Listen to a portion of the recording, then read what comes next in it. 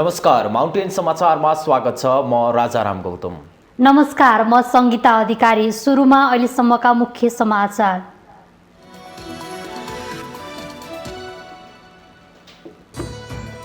राजनीतिक दलहरूद्वारा आफैले जन्माएको राष्ट्रपति संस्थामाथि कटु आलोचनाको क्रम बढ्दै सस्तो लोकप्रियताका लागि राष्ट्रपति संस्थालाई चिथोर्ने काम गणतन्त्रकै दुर्भाग्य। सरकारलाई विश्वासको मत नदिने नेकपा एमालेको स्थायी कमिटी बैठकको निर्णय। पार्टी एकता जोगाउन 2 जेठमा बनेको कार्यदल विघटन। 10 बुँदे सहमति अनुमोदन।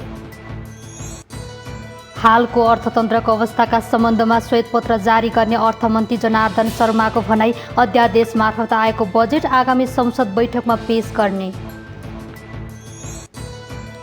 चीनले नेपाललाई थप 16 लाख मात्रा कोरोना विरुद्धको खोप अनुदानमा दिने। यसअघि नेपाललाई 18 लाख डोज खोप अनुदानमा दिइसकेको चीनको सहयोग निरन्तर रहने। आर्थिक वर्ष 2077-78 मा 1180 अर्ब रुपैयाँ खर्च। चालु खर्च 851 अर्ब र पुँजीगत खर्च 228 अर्ब 48 करोड 938 अर्ब राजस्व सङ्कलन। युरोपमा 1 शताब्दी यताकै विनाशकारी बाढीले जनजीवन अस्तव्यस्त। जर्मनीमा मात्रै 97 बढीको मृत्यु। जलवायु परिवर्तन यसको कारक रहेको राजनीतिक नेतृत्वको टिप्पणी। र एसियन सिनियर महिला भलिबल च्याम्पियनसिपमा नेपाल सहभागी नहुने। एसियन भलिबल महासङ्घद्वारा प्रतियोगिताको तयारी गरिरहेको नेपाल बाहेकको खेल तालिका सार्वजनिक।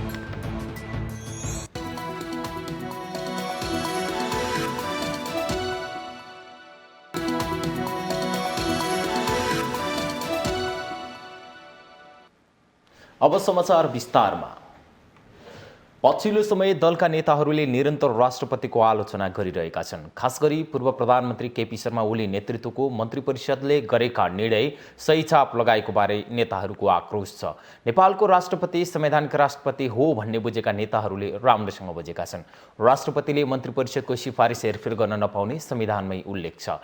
यसअघिका राष्ट्रपति डाक्टर रामवरण यादवले तत्कालीन मन्त्री परिषदको सिफारिस परामर्श गर्न भन्दै केही समय लिँदा राष्ट्रपतिले आफ्नो अधिकार क्षेत्र मिचेर अनावश्यक हस्तक्षेप गर्न खोज्यो भनेर आलोचना गर्ने नेताहरू नै अहिले मन्त्री परिषदको सिफारिसबारे राष्ट्रपतिले किन परामर्श नगरेको भनेर प्रश्न गरिरहेका छन्। यस्तोमा दलका नेताहरूले केही आफैले जन्माएको राष्ट्रपति संस्थामाथि राजनीतिक आक्रमण त गरिरहेका छैनन् भन्ने विषय गम्भीर प्रश्न बनेको छ। पछिल्लो समय एकपछि अर्को गरी अधिकांश नेताहरूले राष्ट्रपतिमाथि आक्रोश पोखिरहेका छन्। नेतालाई रिस उठ्यो कि राष्ट्रपतिमाथि महाअभियोग लगाउने भाषण आइहाल्छन्। हुँदाहुँदै राष्ट्रपति भन्दा त राजा ठिक भन्ने अभिव्यक्तिहरू पनि नेताहरूले दिन थालेका छन्। 17,000 नेपालीहरूको बलिदानबाट राजा हटाएर नेताहरूले नै जन्माएको राष्ट्रपति संस्था सबैले रिस पोख्ने थलो बनाइएको छ। राष्ट्रपतिमाथि पोखिने रिस राजनीतिक कुण्ठा हो वा नेताहरूले आफैले बनाएको संविधान र लोकतन्त्र माथि कठोर प्रहार गरिरहेका छन्, कसैले बुझ्न सकेको छैन। तर नेताहरूले सस्तो लोकप्रियताका लागि राष्ट्रपति संस्थालाई चिथोर्ने काम गरेका छन्। जसले राष्ट्रपतिलाई गाली गर्न सक्यो, मुख छाड्न सक्यो, त्यो व्यक्ति ठूलो ठहरिने अवस्था राष्ट्रिय राजनीतिमा छ। यो नै गणतन्त्रको दुर्भाग्य हो। राष्ट्रपति र प्रधानमन्त्री बीचको संवैधानिक सम्बन्ध र अधिकारसँग सम्बन्धित विषयमा प्रधानमन्त्रीले गरेका हरेक निर्णयमा राष्ट्रपतिले छाप लगाउने गरेको भनेर विरोध भइरहन्छ। तर सबैले बुझ्नुपर्ने कुरा के छ भने हाम्रो संविधानले राष्ट्रपतिलाई आफ्नो स्वविवेकमा कुनै कार्यकारी निर्णय लिन सक्ने अधिकार दिएको छैन। राष्ट्रपतिले राष्ट्रपतिको हैसियतले कुनै काम वा निर्णय गर्दा सम्बन्धित निकाय वा पदाधिकारीको सिफारिसमा गर्नुपर्ने भनी संविधानमा उल्लेख गरिएकोमा बाहेक अन्य निर्णय गर्दा मन्त्री परिषदको सिफारिस र सहमतिमा गर्नुपर्ने गरी संविधानको धारा 66(2) ले स्पष्ट रूपमा किटानी गरेको छ। हामीले दोस्रो पटक राष्ट्रपति चयन गरेका छौं। हाम्रो अभ्यास परिष्कृत हुँदै गएको छ। अहिले नै निराश हुनुपर्ने अवस्था छैन। कुण्ठा पालेर हेर्ने हो भने हरेक मानिसका थुप्रै गल्ती देखिन सक्छन्। वर्तमान राष्ट्रपतिले संविधान मिच्यो, महाअभियोग लगाउनु पर्छ भनेर बेला बेलामा तम्सिँदै भाषण गर्ने नेताहरूले 7 वर्ष भन्दा लामो समय राष्ट्रपतिको कार्यकाल सम्हालेका गणतन्त्र नेपालका पहिलो राष्ट्रपति डाक्टर रामवरण यादव बारे पनि यस्तै टिप्पणी गर्दथे। कांग्रेसको 12औं महाधिवेशनमा पार्टीभित्र गुटको भूमिका खेलेको आरोप लागेका तत्कालीन राष्ट्रपति यादवलाई मन्त्री परिषदले गरेका निर्णयहरू किन होल्ड गरेको भनेर टिप्पणी गर्ने नेताहरू पनि यिनै नेता थिए। तत्कालीन राष्ट्रपतिले सरकारले पठाएको सिफारिसबारे परामर्श गर्दा पनि नेताहरू नेताहरू संविधानमै नभएको अधिकार प्रयोग गर्यो भनेर आलोचना गर्थे। वर्तमान राष्ट्रपतिले सरकारले गरेका सिफारिस जस्ताको त्यस्तै अनुमोदन गर्दा किन परामर्श नगरेको भनेर नेताहरूले विरोध गर्ने गरेका छन्। संवैधानिक रूपमा राष्ट्रपतिलाई प्रधानमन्त्रीको सिफारिस नमान्ने सुविधा छैन, त्यसैले मन्त्री परिषदले पठाएको सिफारिस अनुमोदन गर्दिन भन्न राष्ट्रपतिले मिल्दैन। तर संविधानले दिएको अधिकारलाई नजरअन्दाज गरी गणतन्त्रको प्रारम्भमै राष्ट्रपतीय संस्थामाथि हुने गरेको आक्रमणले गणतन्त्रलाई कहाँ पुर्याउने हो, गम्भीर प्रश्न उठेको छ। विगतमा एउटै पार्टीको भएको पूर्वाग्रहबाट निवर्तमान प्रधानमन्त्री ओली र राष्ट्रपतिको मिलेमतो देख्नु गलत हुन सक्छ। राष्ट्रपति संस्था हो, संविधानले कल्पना गरेको अभिभावक हो। कुनै पनि गलत काम भएमा त्यसको निराकरणको उपाय संविधानबाटै निकाल्न सकिन्छ, तर सस्तो टिप्पणीले कसैलाई फाइदा गर्दैन। अहिले राष्ट्रपति भण्डारीमाथि गाली गलौज गर्ने नेताहरूले विधि पद्धति र संविधानका मूल्य मान्यताहरू बुझेर टिप्पणी गर्न जरुरी छ। देश, जनता र पार्टीलाई समेत समस्याको खाल्टोमा हालेर आफू पदमा आसीन हुन खोज्ने नेताहरूले गरेको अनियमितता र भ्रष्टाचारको विरोध गर्ने हिम्मत कसैले गर्न सकेका छैनन्। बेथितिले सीमा नाघिसकेको छ, तर नेताहरूले जे गरे पनि वैधानिक हुने अनि राष्ट्रपतिमाथि निरन्तर राजनीतिक हमला भइरहनुले लोकतान्त्रिक गणतन्त्रप्रति जनताको धारणा कदापि सकारात्मक हुन सक्दैन। माउन्टेन टेलिभिजन HD राजनीतिक ब्युरो। नेकपा एमाले कांग्रेस सभापति शेरबहादुर देउवाको नेतृत्वमा गठित सरकारलाई विश्वासको मत नदिने निर्णय गरेको छ। सरकारबाट बाहिरिएपछि पहिलो पटक बसेको एमाले स्थायी समिति बैठकले अलोकतान्त्रिक र अस्वस्थ प्रतिस्पर्धाबाट सरकार गठन भएको निष्कर्ष निकाल्दै विश्वासको मत नदिने निर्णय गरेको हो। शुक्रबार ललितपुरको च्यासल स्थित तुलसीलाल स्मृति प्रतिष्ठानमा बसेको बैठकले निर्णय पालना गर्न पार्टीका प्रतिनिधि सभाका सदस्यहरूलाई निर्देशन दिएको छ। एमाले देश र जनताको हितमा केन्द्रित भई सक्रिय एवं रचनात्मक प्रतिपक्षको भूमिका निर्वाह गर्न पनि स्पष्ट पारेको छ। अब नेकपा एमाले देशप्रति जिम्मेवार र राष्ट्रियताको पहरेदार, लोकतन्त्र र संविधानको रक्षक एवं जनताको हितप्रति अटल रहँदै सक्रिय र रचनात्मक प्रतिपक्षको भूमिका पार्टीले खेल्नेछ। बैठकले पार्टीभित्रका समस्या समाधानका लागि गठित कार्यदलले तयार पारेको 10 बुँदे प्रस्तावलाई अनुमोदन गर्दै कार्यदल विघटन गरेको छ। 10 सदस्यीय कार्यदलले गत असार 27 गते एमाले एकताका लागि 10 बुँदे सहमति गरेको थियो। बैठक चलिरहँदा पुगेका नेपाल पक्षका नेताहरूले भने स्थायी समिति बैठक र संसदीय दलको बैठक रोक्न अध्यक्ष केपी शर्मा ओलीसँग आग्रह गरेका थिए, तर नरोकिएपछि उनीहरू बैठक स्थलबाट बाहिरिएका थिए।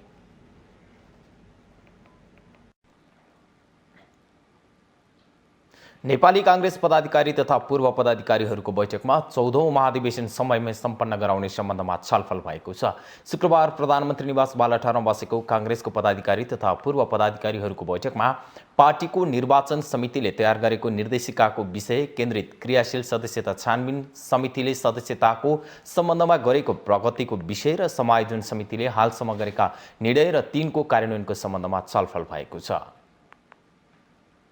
र पूर्व पदाधिकारी नेताहरूको बैठक सम्पन्न भएको छ र यो बैठकमा मूलतः नेपाली कांग्रेसको आगामी 14औं महाधिवेशनलाई समयमा नै सम्पन्न गर्ने विषयहरूसँग सम्बन्धित भएर केन्द्रित भएर छलफलहरू भएका छन्।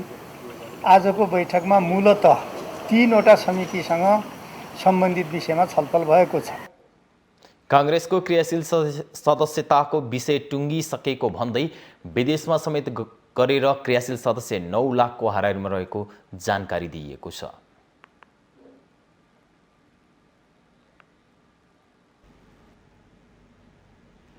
नेकपा एमाले सर्वोच्च अदालतको आदेशको विरोधमा देशभर भण्डाफोर अभियान सञ्चालन गर्ने भएको छ। शुक्रबार संघीय संसद भवन स्थित लोत्से हलमा बसेको नेकपा एमालेको संसदीय दलको बैठकले सर्वोच्च अदालतले मुलुकलाई निर्दलीय व्यवस्थातर्फ लैजाने गरी फैसला गरेको भन्दै त्यसका विरुद्ध भण्डाफोर अभियान सञ्चालन गर्ने निर्णय गरेको हो। सर्वोच्च अदालतले संविधानको अपव्याख्या गरेर र दलीय व्यवस्थाको उपहास गरेर मुलुकलाई निर्दलीयतर्फ लैजान खोजिएकाले संसदीय दलको बैठकले आपत्ति जनाएको प्रमुख सचेतक विशाल भट्टराईले जानकारी दिनुभयो। अदालतको तर्फबाट संविधानको धारा उपधाराहरूको अपव्याख्या गरेर जसरी जनादेशलाई पूर्ण रूपलाई इन्कार गरेर लोकतन्त्रलाई उपहास गरेर दलीय व्यवस्थाको उपहास गरेर जसरी एउटा फैसला गरियो, निर्दलीय व्यवस्थातर्फ मुलुकलाई अग्रसर गराउने गरी जुन फैसला गरियो त्यसप्रति हाम्रो यो बैठकले चाहिँ आपत्ति व्यक्त गरेको छ र यसलाई व्यापक रूपमा जनताका बीचमा भण्डाफोर गर्ने हामीले निष्कर्ष पनि निकालेका छौँ र यसलाई हामी व्यापक रूपमा जनताका बीचमा पुर्याउनेछौँ।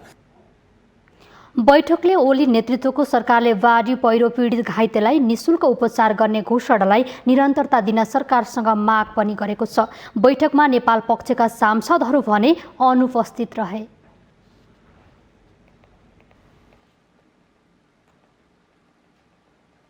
अर्थमन्त्री जनार्दन शर्माले हालको अर्थतन्त्रको अवस्थाको सम्बन्धमा श्वेतपत्र जारी गर्ने बताउनु भएको छ। शुक्रबार अर्थ मन्त्रालयमा पत्रकारहरूसँग परिचयात्मक कार्यक्रममा अर्थमन्त्री शर्माले सरकारले अहिलेसम्मको आर्थिक अवस्था समेटेर श्वेतपत्र जारी गर्ने बताउनु भएको हो। लगायतका समस्याहरू छन् त्यसलाई पनि सर्वसाधारण जनतालाई कसरी उनको हितमा हुन्छ भन्ने बारेमा पनि हामी नीति निर्माण गर्नेछौँ। त्यो पनि एउटा राजस्व सङ्कलनको क्षेत्र मैले अघि सुने 14 अरब जस्तो त्यसबाट राजस्व प्राप्त भएको रहेछ।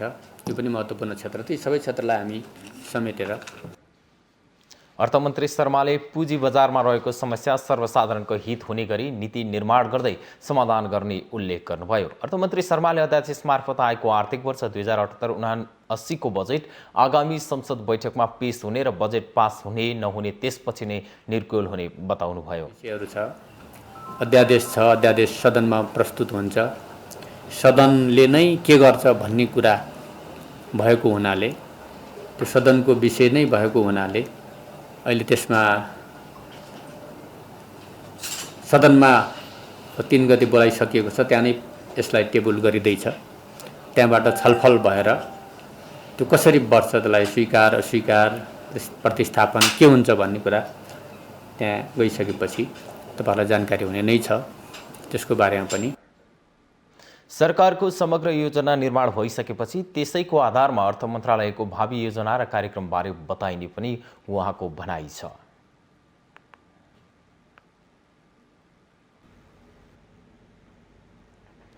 सभामुख अग्निप्रसाद सापकोटाले बृहत राष्ट्रिय एकताको खाँचो रहेको बताउनु भएको छ। आइतबारदेखि सुरु हुने संघीय संसदको अधिवेशनको तयारीको सम्बन्धमा संघीय संसद भवन नयाँ बानेश्वरमा शुक्रबार निरीक्षणका लागि पुग्नुभएका सभामुख सापकोटाले राजनीतिक दलहरूबीचमा बृहत राष्ट्रिय एकता आवश्यक रहेको बताउनु भएको हो। राष्ट्रिय परिस्थितिलाई चाहिँ विचार गर्दाखेरि फेरि पनि बृहत्तर राष्ट्रिय एकताको खाँचो छ। किनभने हामीले आफ्नो आत्मनिर्णयको अधिकार प्रयोग गर्दै अगाडि बढ्नका लागि अनि त्यसपछि यो जनताले जुन आशा गरेका थिए नि, अब संविधान जारी भइसकेपछि यी सबै जनताको आशालाई विश्वासमा परिणत गर्नका लागि र यो हरेक हिसाबले बृहत राष्ट्रिय एकताको खाँचो छ। त्यो बृहत राष्ट्रिय एकता कायम गर्नका लागि मुख्यतः पार्टीहरूको भूमिका हुन्छ। उहाँले बृहत राष्ट्रिय एकताको शक्तिशाली सन्देश दिने थलो प्रतिनिधि सभा भएको र प्रतिनिधि सभाबाट राष्ट्रिय एकताको सन्देश दिनुपर्ने पनि बताउनुभयो।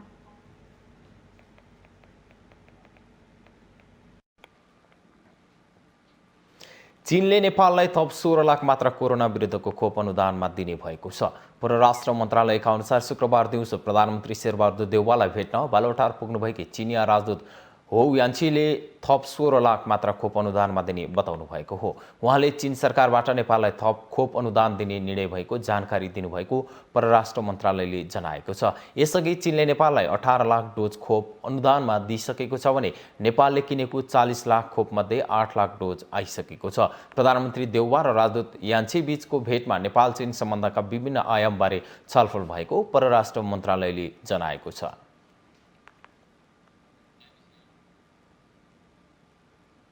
माउन्टेन समाचारमा पालो भएको छ विश्रामको।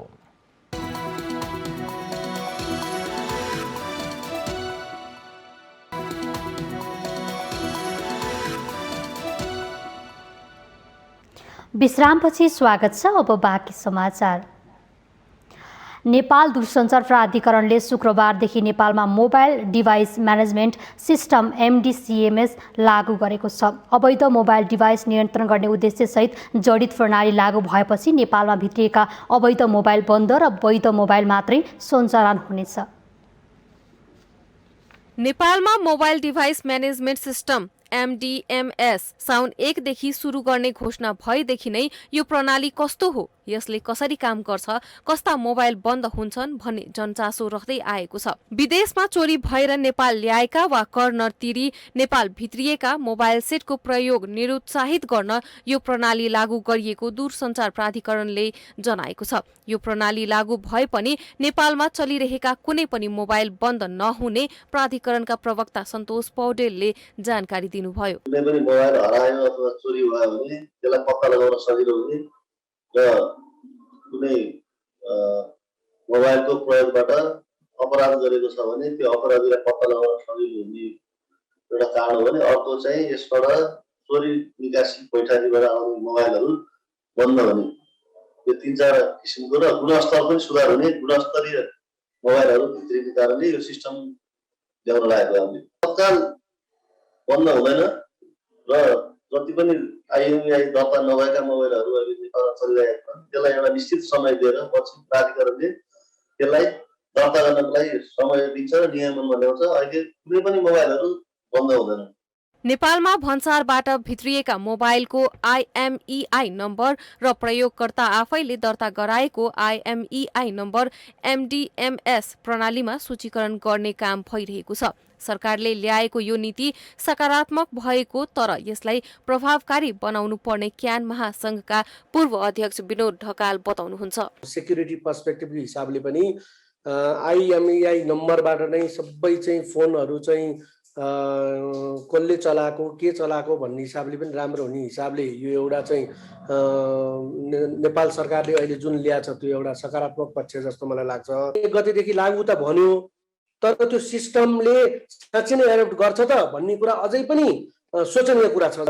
धेरैको अनलाइनबाट चाहिँ यो रजिस्टर गर्ने भन्ने कुरा आयो, धेरैले रजिस्ट्री गर्न खोजे अनि खोजिसकेपछि के भयो त भन्दाखेरि अब धेरैजनाले चाहिँ रजिस्ट्री गर्न खोजे अनि त्यही भएर हाम्रो चाहिँ सिस्टमले काम गरेन भनेर भन्ने कुरा पनि आयो। अब कतिसम्म लाचारपन हो यो। IMEI शुक्रबारदेखि सुरु भए पनि IMEI दर्ता नभएका मोबाइल तत्काल बन्द हुँदैनन्। दूरसञ्चार प्राधिकरणको वेबसाइटबाटै IMEI नम्बर दर्ता गर्न सकिन्छ। यसका लागि प्रयोगकर्ताले आफ्नो मोबाइलको IMEI नम्बर सहित एउटा सरकारी परिचय पत्र पनि अपलोड गर्नुपर्छ। यसबाहेक आफ्नो मोबाइलको IMEI नम्बर दर्ता छ कि छैन भनेर जाँच्ने सुविधा पनि त्यही हुनेछ। माउन्टेन टेलिभिजन HD का लागि संगीता अधिकारी, काठमाडौँ। ऊर्जा, जलस्रोत तथा सिंचाई मन्त्री पम्फा भूषालले ऊर्जालाई सम्पूर्ण क्षेत्रमा प्रयोग गरेर पेट्रोलियम पदार्थको आयात र प्रयोग न्यून गर्दै जानुपर्ने बताउनु भएको छ।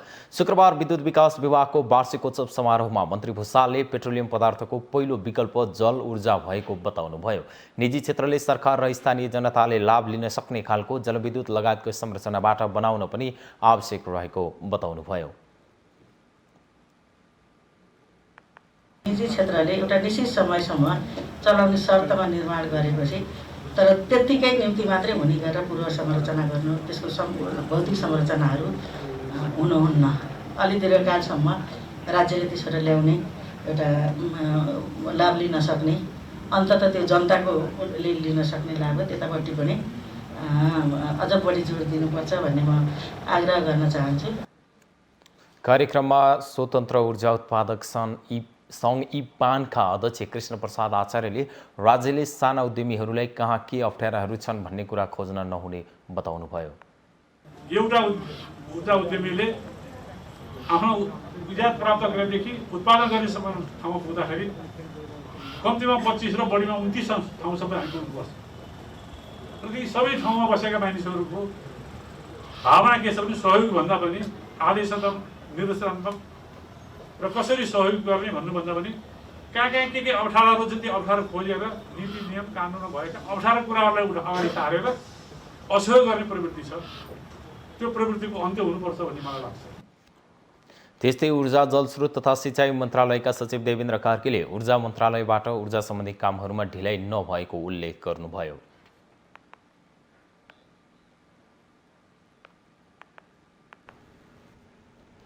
दार्चुलाको महाकाली नगरपालिका 3 मा रहेको 250 मेगावाट क्षमताको डुङ्ग्री विद्युत पावर हाउसमा क्षति पुगेको वर्षौं दिन पुग्दा पनि मर्मत हुन सकेको छैन। गत वर्षको साउन 4 गते दार्चुलाको लास्को खोलामा आएको बाढीले विद्युत पावर हाउस क्षति गरे पनि अझै मर्मत हुन नसक्दा अलपत्र छ।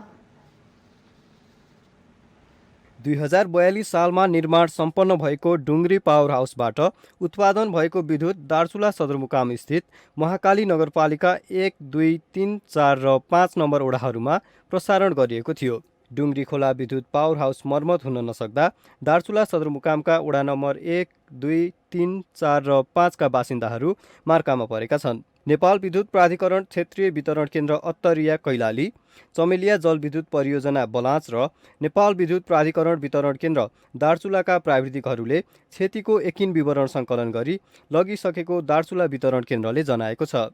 हालको लागि चमेलिया जलविद्युत आयोजनाबाट विद्युत प्रसारण गरेको भए पनि उक्त विद्युत भरपर्दो नभएको सदरमुकामवासीले गुनासो गरेका छन्। स्थानीय सरकारबाट मेयर उपमेयरहरू सबैहरू आएका छन्। यहाँ आफ्नो तामासागिरी मात्रै गरेर गएका छन्। यहाँ कुनै पनि काम हुन सकेको छैन। मर्नुको अवस्था केही पनि छैन। कुनै सङ्घ संस्थाहरूले पनि हेरेका छैन होइन। यहाँको प्रशासनले हेरेका छैन। यहाँको स्थानीय सरकारले हेरेका छैन। प्रदेश सरकारले हेरेका छैन। केन्द्र सरकारले पनि हेरेका छैन। यो लथालिङ्ग भइरहेको छ। 250 किलोवाटको विद्युत पावर खेर गइरहेको छ डुङ्गरीमा। स्थानीय सरकार, प्रदेश सरकार र केन्द्र सरकारले डुङ्ग्री पावर हाउसको मर्मतका लागि चासो नदेखाउँदा अल्पत्र परेको बताइएको छ। विद्युत गृहको टनेल र हेडवर्कमा कुनै प्रकारको क्षति नभएको र गृहमा मात्र सामान्य क्षति भएकाले मर्मतका लागि चासो देखाए तत्कालै सम्भव हुन सक्ने बताइएको छ। पावर हाउस पुरै डुबाइया हो। यहाँ सबै भरिया थियो पुरै पछि साफ गरे हो। पहल भइया छ। काम बाँकी नै छ। काम त सुरु भइया थियो। यो भयो निषेधाज्ञाले लम्बियो। अब काम गर्न थाले थियो। के त यो साफ गरे हो। 2077 साउन 4 गते र 17 गतेको बाढीले क्षति भएको पावर हाउसको सरसफाई भएको छ। विद्युत प्राधिकरण क्षेत्रीय वितरण केन्द्र अत्तरिया कैलाली, चमेलिया जलविद्युत परियोजना बलाँच र नेपाल विद्युत प्राधिकरण वितरण केन्द्र दार्चुलाबाट टोली आएर निरीक्षण गरिसकेको छ। निषेधाज्ञाको कारणले मात्रै मर्मत कार्य रोकिएको प्राधिकरणको दाबी छ। सरकारले बन्न सक्ने अवस्था छैन। त्यो पुरानै भनौँ न नयाँ बनाउनु र त्यो पुरानोलाई मर्मत गर्नुमा धेरै अन्तर नहुने अवस्थाको छ। अहिले अब यहाँ हाम्रो नेसनल ग्रिड पुगिसकेको हुँदाखेरि अब त्यसले धेरै लोड पनि भ्याउँदैन। थोरै 200 किलोवाट मात्रै हो। क्षतिको इस्टिमेट भइरहेको छ। पावर हाउसका उपकरणहरू क्षति भएकोले नयाँ बनाउन र मर्मत गर्न धेरै खर्च लाग्ने अनुमान छ। यसैले मर्मतका लागि खासै चासो नदेखाइएको बताइएको छ। माउन्टेन टेलिभिजन एचडीका लागि दार्चुला सहकर्मी वासुदेव बडुको रिपोर्ट। शेरबहादुर देउवा 5औं पटक प्रधानमन्त्रीमा नियुक्त भएसँगै उहाँको जन्मगाउँका स्थानीय खुसी भएका छन्। डडेलधुरा गन्या पधुरा गाउँपालिका 1 रुवा खोलाको मटेलामा गाउँमा जन्मिनुभएका देउवा पछिल्लो पटक प्रधानमन्त्रीमा नियुक्त भएपछि गाउँका स्थानीय सहित आफन्त खुसी भएका हुन्। डडेलधुरा सदरमुकामबाट करिब 20 किलोमिटर टाढा रुवा खोलामा जन्मिनु भएका कांग्रेस सभापति शेरबहादुर देउवा मुलुकको 5औं पटक प्रधानमन्त्री नियुक्त हुनु भएको छ। स्थानीय खुशी हुनुका साथै विकासका आकांक्षा पनि व्यक्त गरेका छन्। जिल्लाको गन्यापधुरा गाउँपालिका 1 रुवा खोलाको मेटला जस्तो दुर्गम गाउँमा जन्मिएर पनि देशको 5औं पटक प्रधानमन्त्री भएको भन्दै उहाँका आफन्त र छिमेकी खुशी भएका हुन्। यसका साथै गाउँमा विकासका र रोजगारी को व्यवस्था गरिदिन उनीहरूले प्रधानमन्त्री देउवा समक्ष माग समेत गरेका छन्। अति खुसी हो। यसलाई धेरै खुसी उहिले दिएलाई खुसी छ। नाम त गयो हाम्रो अगाडि शेरबहादुर देउवा अनि मन्त्री भयो भन्ने देउ न देउ आफ्नो गाउँको रातमा बस्यो दिहाल्ला। अब हाम्रो माग हो अब रोजगार अब अर्सो बिजुली बत्ती खाने पानी त अब पुगेको छैन मलाई। अब त्यही भन्दाखेरि अब यताउता गएको अब रोजगार दिने गरिब जनतालाई हेर्ने त्यस्तै अब अरू के चाहियो हामीलाई रोजगार वैदेशिक।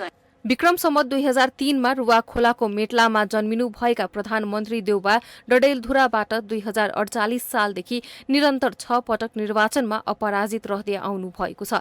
4 पटकसम्म प्रधानमन्त्री भएर पनि अपेक्षित विकास भने नगरेको स्थानीयको गुनासो छ। तर गाउँघर तथा जिल्लातिर खासै ध्यान नदिए पनि मेटला जस्तो दुर्गम गाउँमा जन्मिएर त्यसको 5औं पटक प्रधानमन्त्री भएको भन्दै जिल्लाको गौरव बढाएको स्थानीयको भनाइ छ। ओहो, यहाँ यो एउटा भैँसीको गोठ जस्तो ठाउँ हो, हाम्रो पिछडिएको ठाउँ हो। अहिले चाहिँ जो प्रधानमन्त्री शेरबहादुर हुनाले विश्वलाई डडेलधुरा चिनाइदियो भने काम नहोस्, विकास नहोस्, यो ठाउँमा यस्ता मान्छे रहेछन् भन्ने। सर्वोच्च अदालतले कांग्रेस सभापति शेरबहादुर देउबालाई प्रधानमन्त्री नियुक्त गर्न राष्ट्रपतिको नाममा परमादेश जारी गरेसँगै उनको गृह जिल्ला डडेलधुरामा खुशियाली मनाइएको छ। यसअघि 4 पटकसम्म प्रधानमन्त्री भएर पनि अपेक्षित विकास नगरेको पनि गुनासो छ। गाउँघर जिल्लातिर खासै ध्यान नदिएका देउबाको घर माओवादी सशस्त्र द्वन्द्वको बेला आगजनी गरिएको थियो। उहाँ जन्मेको घर पुनर्निर्माण गरिदिनु पर्ने स्थानीयले माग गरेका छन्। माउन्टेन टेलिभिजन एसडीका लागि डडेलधुरा सहकर्मी विमल जैरूको रिपोर्ट। प्रतिनिधि सभाको बैठक अघि सांसदहरूले कोरोना परीक्षण गराएका छन्। संसद सचिवालयसँगको समन्वयमा स्वास्थ्य सेवा विभागले शुक्रबार सांसदहरूको कोरोना परीक्षण गरेको हो। विगतमा सांसदहरूको पीसीआर मार्फत कोरोना जाँच गरिँदै आएकोमा यसपटक एन्टिजेन परीक्षण गर्न लागि हो। सबै सांसदले कोरोना विरुद्धको खोप लिइसकेको कारण एन्टिजेन परीक्षण गरिएको हो। परीक्षणमा कोरोना देखिए सांसदहरूलाई होम आइसोलेसनमा पठाइनेछ। कोरोना पोजिटिभ पाइए संसद बैठकमा सहभागी नगराउने सचिवालयको तयारी छ। माउन्टेन समाचारमा पालो भएको छ अर्को विश्रामको।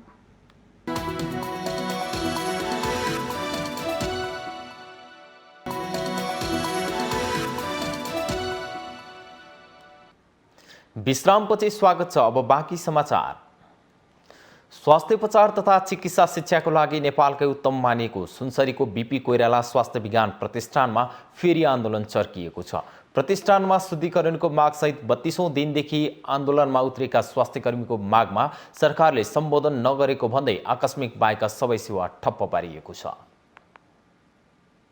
बीपी कोइराला स्वास्थ्य विज्ञान प्रतिष्ठान धरान सुधारको माग गर्दै आन्दोलनमा उत्रिएका चिकित्सक र कर्मचारीले आकस्मिक बाहेकका सेवा ठप्प पारेका छन्। 32औं दिनदेखि आन्दोलनमा उत्रिएका उनीहरूले आफ्ना जायज मागलाई सम्बोधन गर्न सरकारले चासो नदेखाएको भन्दै सेवा बन्द गरेका हुन्। बीपी प्रतिष्ठान शुद्धिकरण अभियान संघर्ष समितिले बिहान 8 देखि 10 बजेसम्म आकस्मिक बाहेकका सबै सेवा ठप्प पारेको हो। 1 मिनट पनि उहाँ बस्न सक्नुहुन्न। 1 महिना अगाडि मात्रै 4 जनाले हस्ताक्षर गरेर दिएको कुरा कार्यान्वयन नभएको हामी सबैलाई प्रष्ट छ। उहाँले आफ्नो पदमा रहेर गर्नुपर्ने जिम्मेवारी नगरेको हुनाले शैक्षिक क्षेत्रमा, स्वास्थ्य क्षेत्रमा, रिसर्च क्षेत्रमा खस्किँदो क्रममा छ। त्यो भएको हिसाबले उहाँले दिनुपर्छ र अस्ति 15 गतेको घटना जुन घट्यो त्यो घटना गर्ने र त्यसलाई समर्थन गर्ने आधारमा उहाँहरूले राजीनामा दिनुपर्छ। पदाधिकारी नियुक्ति गर्दा विज्ञ समूहले सिफारिस गरेका व्यक्तिलाई मात्र नियुक्त गर्नुपर्ने, चिकित्सक कर्मचारीहरूलाई सहज निर्बाध रूपमा काम गर्ने वातावरण सिर्जना गर्नुपर्ने लगायतका माग राखेर आन्दोलन अगाडि बढाइएको छ। यता प्रतिष्ठानका उपकुलपति डाक्टर ज्ञानेन्द्र गिरीले आन्दोलनकारीहरूलाई दोस्रो पटक वार्तामा बोलाएका छन्। गिरीले वार्तामा बोलाएको भए पनि नैतिकता गुमाएका वर्तमान पदाधिकारीहरूसँग कुनै पनि छलफल र संवाद नगर्ने आन्दोलनकारीहरूले अडान राख्नु भएको छ। विशेष गरेर यसलाई भन्दाखेरिमा अहिलेको 4 जना पदाधिकारीहरूको नैतिक कुनै जिम्मेवार छैन त्यो पदमा। खासै अब यो आन्दोलन चाहिँ स्पष्टीकरणबाट सुरु भएको हो हैन, तर विज्ञा जस्तो सरकारी संस्थाहरू चाहिँ धेरै जस्तो संस्थागत भ्रष्टाचारबाट आक्रान्त भएर चाहिँ संस्थाहरूमा चाहिँ धेरै बिरामीहरूलाई उपचार गर्दा गर्दै सबै पूर्वाधार हुँदाहुँदै पनि सधैँ घाटामा गइरहने र हाम्रो साधारण मागहरू पनि पुरा नहुनेको जड भनेको चाहिँ संस्थागत भ्रष्टाचारै हो भन्ने कुरा चाहिँ हामी सबैले रियलाइज गरिसकेपछि यो आन्दोलनलाई चाहिँ यो शुद्धिकरण अभियानमा हामीले कन्भर्ट गरेको। प्रतिष्ठानमा भएको आन्दोलनलाई धरानका 9 राजनैतिक दल, धरान नागरिक दबाव सञ्चालन, डाक्टर गोविन्द केसी र धरानका जनप्रतिनिधिहरूले समेत ऐक्यबद्धता जनाएका छन्। माउन्टेन टेलिभिजन एसडीका लागि सुनसरी सहकर्मी विनोद आचार्यको रिपोर्ट। खोटाङको पङ्खु खोलाको मोटरेबल पुलको निर्माण अलपत्र परेको छ। 5.5 वर्ष बितिसक्दा पनि निर्माण नसकिँदा स्थानीय शास्ति खेप्न बाध्य छन्। ठेकेदारको कम्पनीको चरम लापरवाही र ढिलासुस्तीले खोटाङ स्थित दिक्तेल रूपाकोट मजुवागढी नगरपालिका 8 बुवालुङमा पर्ने पङ्खु खोलाको मोटरेबल पुलको निर्माण अलपत्र परेको हो।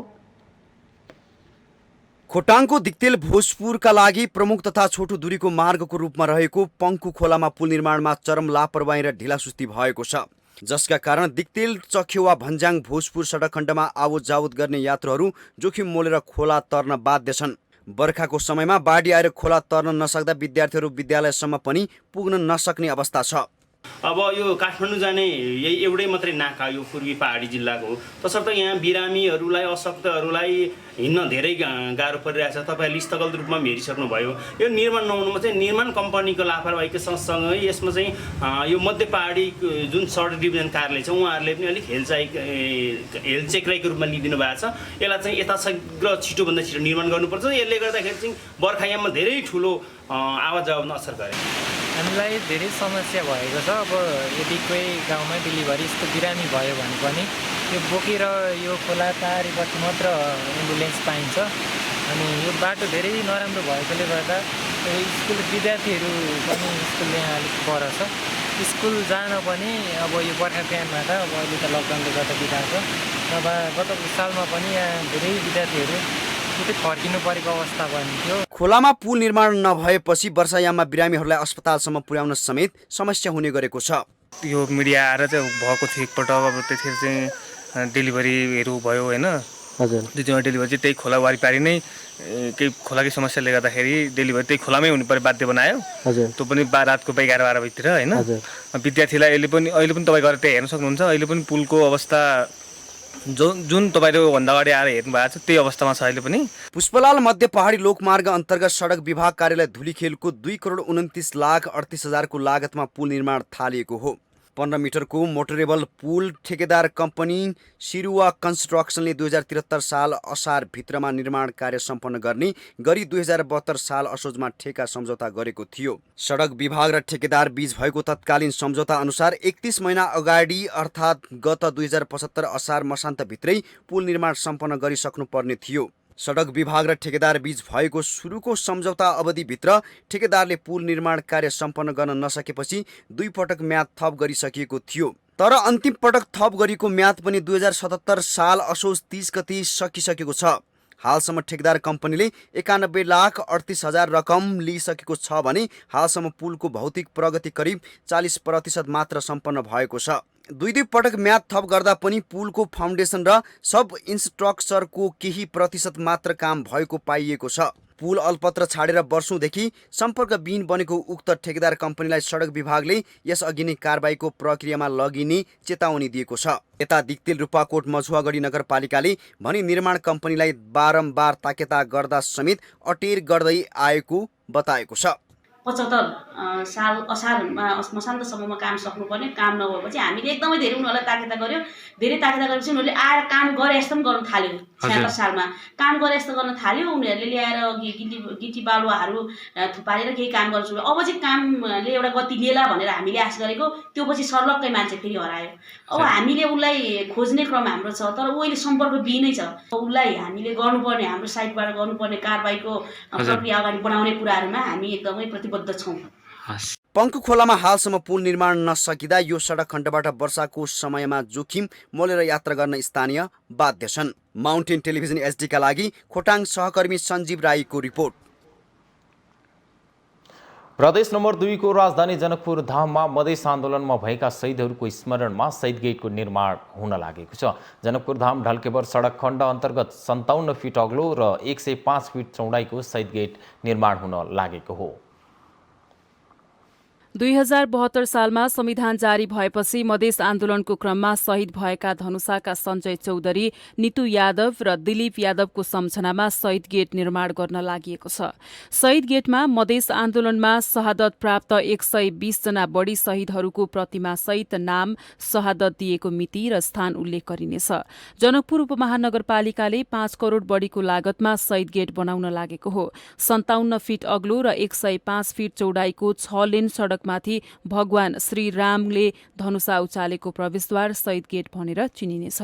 मेचीदेखि महाकालीसम्मका 1800 किलोमिटरको रेन्जमा शहादत दिएका सबै 120देखि 132 जनाको हामीले आकलन गरेका छौँ। ती सबै शहीदहरूको हामी ब्लक लगाउँछौँ, त्यहाँ लाग्दैछ। 132 ब्लक त्यहाँ बन्दैछ। ती ब्लकहरूमा सबै शहीदहरूको नामाकरण हुनेछ। मुख्य रूपमा 3टा शहीदको दुईतिर 3टा यता 3टा उता गरेर सञ्जय चौधरी, दिलीप यादव र रिकु यादवको जो सिनामा जनकपुर धामको यस पुण्यभूमिमा गोली खाएर शहादत दिए, तिनका स्ट्याचु हामी लगाउनेछौँ। परिवर्तनका संवाहक शहीदको सम्झनामा बन्न लागेको शहीद गेटले स्थानीय उत्साहित छन्। यो सरकारले विशेष गरी अब शहीदहरूको निम्ति कुनै एउटा रचनात्मक कार्यहरू गर्न नसके तापनि एउटा दीर्घकालीन सम्झनाको रूपमा जुन गेट निर्माण गर्न लागेको छ, अनि यसबाट पक्कै नै शहीद परिवार र शहीदको निम्ति एउटा सम्मानको कुरा हो र यसप्रति चाहिँ हामी धेरै नै सकारात्मक छौँ र विशेष गरी जुन सरकारले, स्थानीय सरकारले अथवा प्रदेश सरकारले जसले निर्माण गरिराखेको छ उहाँहरूप्रति हामी धेरै धन्यवादी छौँ। शहीद गेट निर्माण गरे पनि शहीदका परिवारलाई शिक्षा, स्वास्थ्य र रोजगारीको व्यवस्थामा भने कसैको ध्यान पुगेको छैन। वास्तवमा शहीदको नाउँमा त बनाउनु पर्ने हो, तर त्योभन्दा पहिला शहीदका परिवारहरूको अवस्था चाहिँ के छ, तिनीहरूको खाने, लाउने, बस्ने हैन माने पूर्ण रूपमा पूर्ति भइराखेको छ कि छैन, शहीदका बच्चाहरूको पढाइ लेखाइ भइराखेको छ कि छैन, त्यो पहिला चाहिँ हेर्नु पर्थ्यो जनकपुर महानगरपालिकाले वा प्रदेश सरकारले। तर त्यो चाहिँ नगरिकन मानव शहीदको बच्चा चाहिँ भोकै चाहिन्छ, पढ्न पाइराखेको चाहिँ छैन पैसाको अभावले, तर उहाँहरूको नाउँमा चाहिँ गेट बनाएर यो अनुत्पादक कुरामा खर्च गर्नु त्यति राम्रो चाहिँ होइन। पटक पटकको मधेस आन्दोलनका क्रममा सयौं मधेसी युवाहरूले बलिदानी दिएका छन्। प्रदेश नम्बर 2 मा मधेसवादी दलको सरकार त्यसकै उपज हो। तर शहीदका नाममा करोडौं रुपैयाँ खर्चिए पनि शहीदका परिवारसम्म कमै पुग्ने गरेको छ। राजनैतिक दलहरू व्यक्तिगत स्वार्थ भन्दा माथि उठेर देश र जनताका लागि लाग्दा मात्रै शहीदप्रतिको उच्च सम्मान हुने देखिन्छ। माउन्टेन टेलिभिजन एचडीका लागि धनुषा सहकर्मी कैलाश दासको रिपोर्ट। हामीसँग आर्थिक अन्तर्राष्ट्रिय र खेल समाचार बाँकी नै छन्। माउन्टेन समाचारमा पालो भएको छ विश्रामको।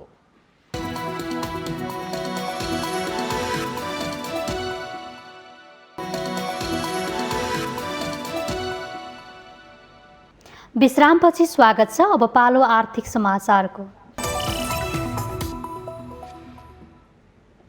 आर्थिक वर्ष 2077-78 मा 1180 अर्ब रुपैयाँ खर्च भएको अर्थ मन्त्रालयले जनाएको छ। शुक्रबार अर्थ मन्त्रालयमा आयोजित पत्रकार सम्मेलनमा अर्थ सचिव शिशिर कुमार ढुङ्गानाले आर्थिक वर्ष 77-78 मा 1180 अर्ब खर्च भएको जानकारी दिनुभएको हो। अर्थमन्त्री ढुङ्गानाले चालुतर्फ 851 अर्ब खर्च भएको बताउनुभयो। चालु खर्चको अनुमान 949 अर्ब रहेको र संशोधित अनुमान भने 867 अर्ब रहेको उहाँले जानकारी दिनुभयो। त्यस्तै पुँजीगत खर्चतर्फ 352 अर्ब रुपैयाँ विनियोजन गरिएको र संशोधित अनुमान 251 अर्ब रुपैयाँ रहेकोमा 228 अर्ब 48 करोड रुपैयाँ खर्च भएको उहाँले जानकारी दिनुभयो।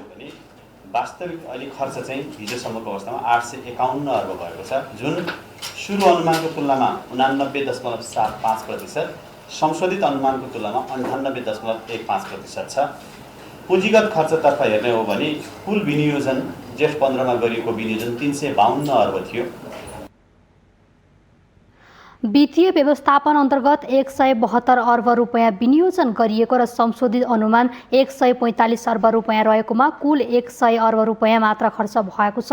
त्यसैगरी राजस्वको सुरु अनुमान 10 खर्ब 11 अर्ब रुपैयाँ र संशोधित अनुमान 9 अर्ब 59 अर्ब रहेकोमा 938 अर्ब सङ्कलन भएको छ।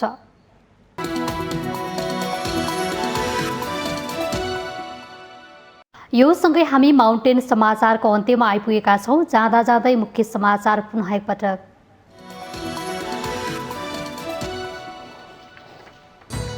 राजनीतिक दलहरूद्वारा आफैले जन्माएको राष्ट्रपति संस्थामाथि कटु आलोचनाको क्रम बढ्दै सस्तो लोकप्रियताका लागि राष्ट्रपति संस्थालाई चिथोर्ने काम गणतन्त्रकै दुर्भाग्य।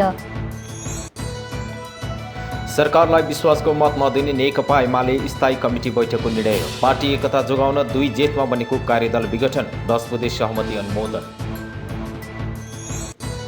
हालको अर्थतन्त्रको अवस्थाका सम्बन्धमा श्वेतपत्र जारी गर्ने अर्थमन्त्री जनार्दन शर्माको भनाई। अध्यादेश मार्फत आएको बजेट आगामी संसद बैठकमा पेश गर्ने। चीनले नेपाललाई थप 16 लाख मात्र कोरोना विरुद्धको खोप अनुदानमा दिने। यसअघि नेपाललाई 18 लाख डोज खोप अनुदानमा दिइसकेको चीनको सहयोग निरन्तर रहने। आर्थिक वर्ष 2077-78 मा 1180 अर्ब रुपियाँ खर्च, चालु खर्च 851 अर्ब र पुँजीगत खर्च 228 अर्ब 48 करोड 938 अर्ब राजस्व सङ्कलन। युरोपमा 1 शताब्दी यताकै विनाशकारी बाढीले जनजीवन अस्तव्यस्त। जर्मनीमा मात्रै 97 बढीको मृत्यु। जलवायु परिवर्तन यसको कारक रहेको राजनीतिक नेतृत्वको टिप्पणी। र एसियन सिनियर महिला भलिबल च्याम्पियनसिपमा नेपाल सहभागी नहुने एसियन भलिबल महासङ्घद्वारा प्रतियोगिताको तयारी गरिरहेको नेपाल बाहेकको खेल तालिका सार्वजनिक।